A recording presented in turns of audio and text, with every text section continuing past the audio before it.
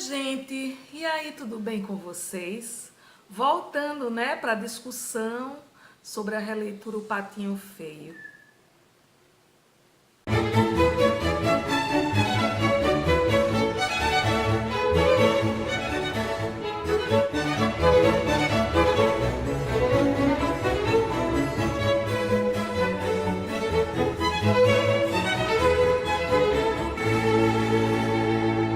Essa releitura, ela não veio falar especificamente sobre a síndrome de Down ou, de repente, sobre as deficiências. Não, ela veio falar sobre as diferenças entre as pessoas. Todos temos as nossas diferenças, todos temos as nossas deficiências, não é mesmo? Pois é isso. É sobre isso que nós vamos falar. Como eu já expliquei no primeiro vídeo, a minha forma de criação com relação a esses contos, eu faço com constelação e com cartas de tarô. Então, assim, a história ela não surge simplesmente da minha imaginação. Então, para mim, também é uma surpresa. E quando eu percebi que o Patinho Feio era uma pessoa, né, especial, representava uma pessoa especial, e depois eu vi aquela carinha de síndrome de Down, eu fiquei bem feliz porque eu sempre tive bastante afinidade com o síndrome de Down. Eles me passam uma doçura, apesar de que nem todos são doces e meigos, não é isso que eu quis dizer. Cada um tem a sua própria personalidade, o seu próprio jeito. Eu conheço síndromes de Down meigos ou não, apimentados, tímidos, com várias formas de ser.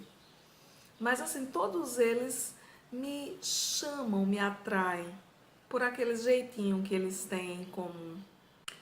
E muito disso, dessa minha relação com as pessoas com síndrome de Down, aconteceu na escola Oficina da Vida, que foi a escola que eu coloquei os meus filhos quando eram pequenininhos. O Luiz ainda estava com 1 aninho, o Pedro com 2, e eu fui pesquisar uma escola para colocá-los. E aí fui em várias, já tinha ido em algumas e entrei nessa escola com aquele espaço enorme, verde, um gramado, uns morros assim, uma casinha de tijolos pequenininha para crianças e aquele espaço me encantou. Eu já gostei. Aí uma pessoa me levou a conhecer todo o lugar. E eu vi, né, e fui na secretaria para falar com a dona, que era a diretora, ainda é, né, ela agora se mudou, mas continua com a escola. E quando entrei na secretaria, vi uma foto em que tinha crianças especiais, dentre elas síndrome de Down, paralisia infantil e outras. E aí eu perguntei para ela, você recebe crianças especiais aqui? Aí ela falou, sim, claro. Aí eu olhei para ela e disse, aqui que eu vou matricular os meus filhos. Ela se surpreendeu na hora e disse, tem certeza, já vai matricular? Você não estava pesquisando?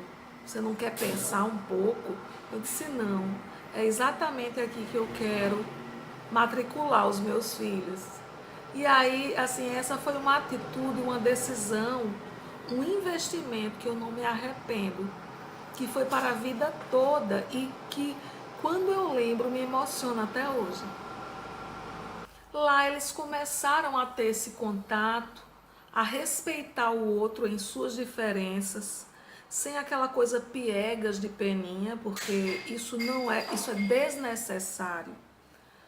E a valorizar a nossa cultura e tantas outras coisas que aquela escola nos trouxe. Eu nem estou recebendo para fazer essa propaganda. Pois é. Além disso, assim, eu tive muitas experiências ali.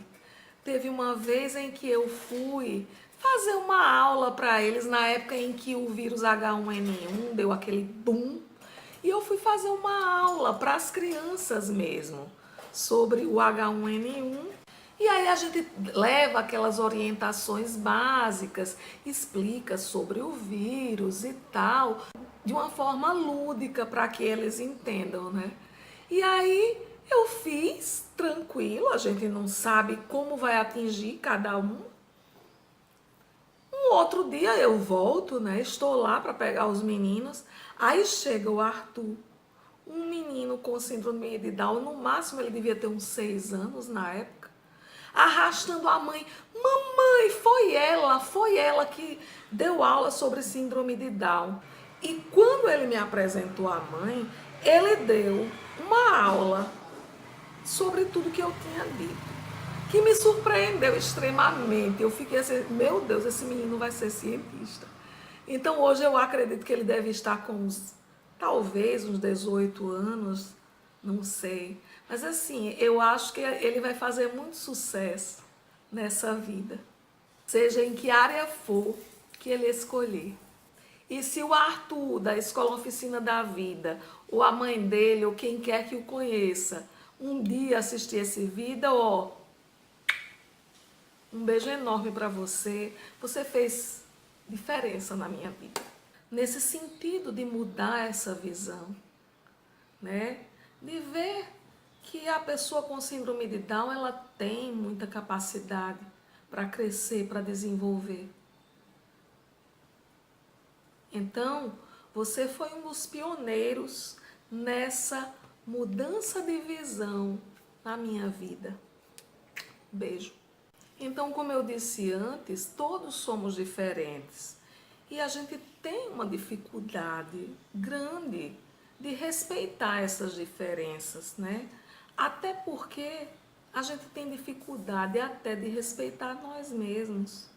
A gente se nega, a gente põe máscaras. Então, como eu venho dizendo, né? Acho que desde o primeiro vídeo que eu fiz, desde a primeira história, releitura que eu desenvolvi, eu venho falando sobre esse autoconhecimento, que é necessário a gente se conhecer para se respeitar primeiro e depois respeitar o outro. A gente vê no outro diferenças. Um é negro, outro é branco, outro é índio, outro é oriental, um é gordo, um é magro, um é alto, um é baixo, né? Um é heterossexual, o outro é homoafetivo e por aí vai, as diferenças são muitas. E o que é diferente da gente, ou, na verdade, o que é diferente do que a sociedade coloca como bom e normal, aí a gente tem dificuldade de respeitar, inclusive em nós mesmos, fechando os olhos, negando o outro, se negando.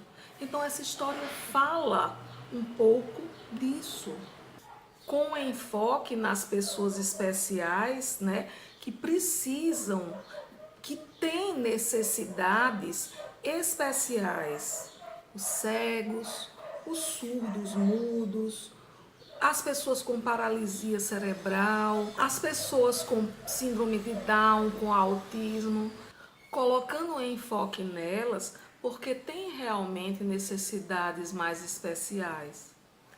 E a falta de estatística do número dessas pessoas gera uma invisibilidade, gera também obstáculos para se planejar e implementar políticas de desenvolvimento, né? Que deem uma força para que essas pessoas possam atuar, possam crescer, possam buscar os seus objetivos. Para elas, os desafios são maiores.